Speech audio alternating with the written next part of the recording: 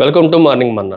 నేటి వాక్య దర్శనం కొరకు రోమిలికి రాసిన పత్రిక 10వ అధ్యాయం 12వ వచనం.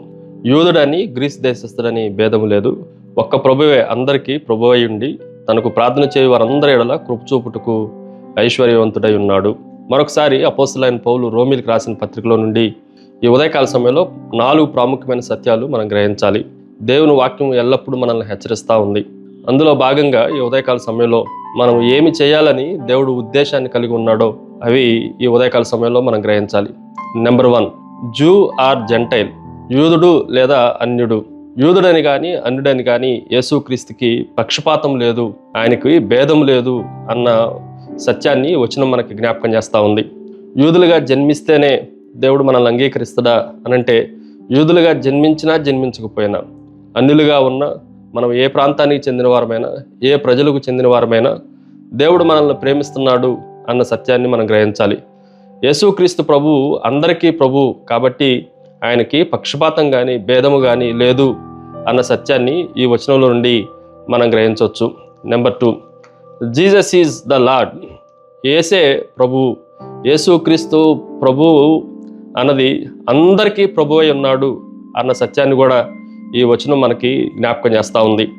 ఒక్క ప్రభువే అందరికీ ప్రభువై ఉండి, ఆయన ఎవరు అని మనం ఆలోచన చేస్తే తారతమ్యములు లేని ప్రభువు, అందరినీ ఒకేలాగా ప్రేమించే ప్రభువు. అందుకే ప్రపంచంలో ఉన్న వారందరికీ, మానవులైన వారందరికీ ఏ భేదము లేకుండా, క్యాస్ట్ క్రీడ్ చూడకుండా ఆయన అందరికీ ప్రభువై ఉన్నాడు అన్న సత్యాన్ని ఈ ఉదయకాల సమయంలో మనం గ్రహించాలి. ఒక్క ప్రభువే, అనేక మంది ప్రభువులు లేరు, ఆ ప్రభువు కూడా యేసుక్రీస్తే అన్న సత్యాన్ని ఈ ఉదయకాల సమయంలో మనం గట్టిగా నమ్మి విశ్వసించాలి. 3వ విషయాన్ని మీకు జ్ఞాపకం చేస్తాను.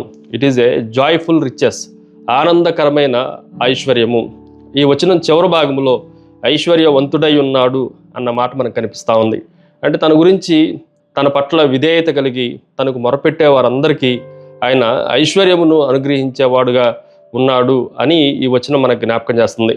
ఐశ్వర్యము అనంటే ఇది డబ్బు అని మాత్రమే కాదు.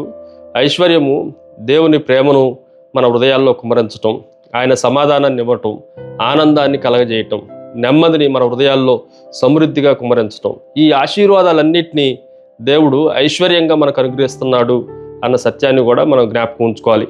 ఫైనల్లీ చివరిది, it is a just call, కేవలము ప్రార్థన. ఈ వచనంలో తనకు ప్రార్థన చేయు వారందరి ఎడల కృపచూపుటకు అన్న మాట కనిపిస్తూ ఉంది. రక్షణ అనేది చాలా సులభం.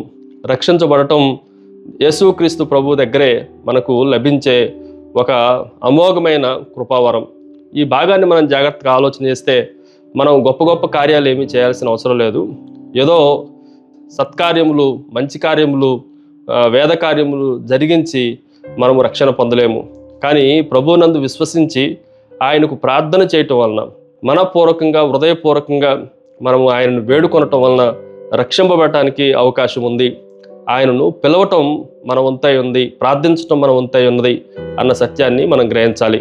ప్రార్థన సకల ఆశీర్వాదములకు కారణభూతులు తండ్రి, మమ్మల్ని పక్షపాతం లేకుండా చూసే గొప్ప దేవుడు అని, మా అందరికీ మీరే ప్రభు అన్న సత్యాన్ని ఉదయకాల సమయంలో మాకు గ్రహింపజేసినందుకై మిమ్మల్ని స్తుతిస్తున్నాం తండ్రి. మీకు మొరపెట్టు వారందరినీ మీరు ఐశ్వర్యవంతులుగా సమాధానాన్ని, ప్రేమను, సంతోషాన్ని, ఆనందాన్ని మా హృదయాల్లో కుమ్మరించే గొప్ప దేవుడు అని మిమ్మల్ని స్తుతిస్తూ ఆరాధిస్తూ యేసు నామమున అడిగి వేడుకుంటున్నాం తండ్రి. ఆమెన్. God bless you.